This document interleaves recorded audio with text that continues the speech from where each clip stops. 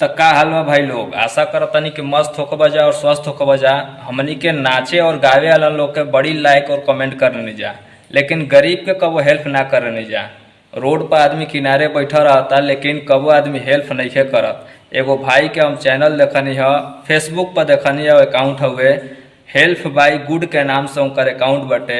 ऊपर मैंने जितना भी वीडियो डलले बना हेल्प वाला डलले बना, अब बहुत अच्छा हमको उनकर वीडियो लागल है, अब बहुत मस्त लागल है। तहनो लोग देखब एक बार तो सोचब जा कि हाँ मैंने भाई अच्छा काम करत न। तो ऐसा लोग के सपोर्ट करे के चाहिए, ऐसा लोग के बात करे के चाहिए भाई लोग।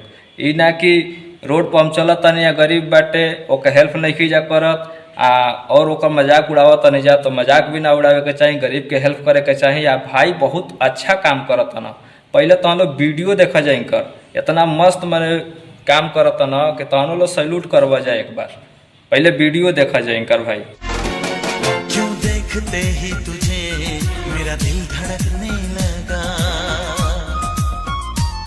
बढ़ने लगी आरज़ू आंखों में सपना जगा। क्यों देखते ही तुझे मेरा दिल धड़कने लगा, बढ़ने लगी आरज़ू आंखों में सपना जगा।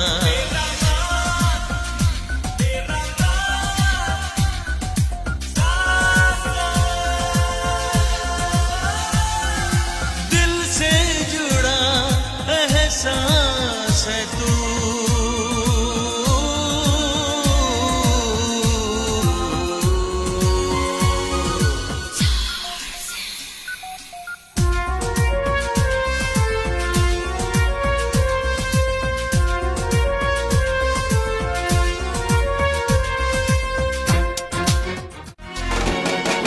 देखते ही तुझे मेरा दिल।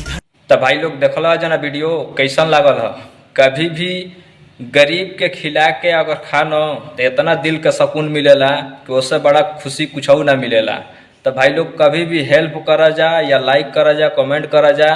तो ऐसा वीडियो जो बनावता हेल्प करता आम जनता के या गरीब के, खास करके रोड पर जितना भी गरीब बना जना, हम तो कभी भी देखे नहीं केहू भी हेल्प ना करला। जो हेल्प करता ओकर भाई कभी भी सपोर्ट करे के चाहिए, हम ही कहम। तो अगर वीडियो तहन लोग के अच्छा लागल हो तो भाई के नाम पर वीडियो का लाइक करा जा, कमेंट करा जा, शेयर करा जा। आ इनका फेसबुक अकाउंट या पेज पर जाके इनके फॉलो भी करा जा, इसलिए कि हम इनके फॉलो कैले बनी, इनकर हर वीडियो देखे नहीं आ बहुत अच्छा लगेला हमके। आ इनकर वीडियो पर हर वीडियो पर मैंने गाना रहेला।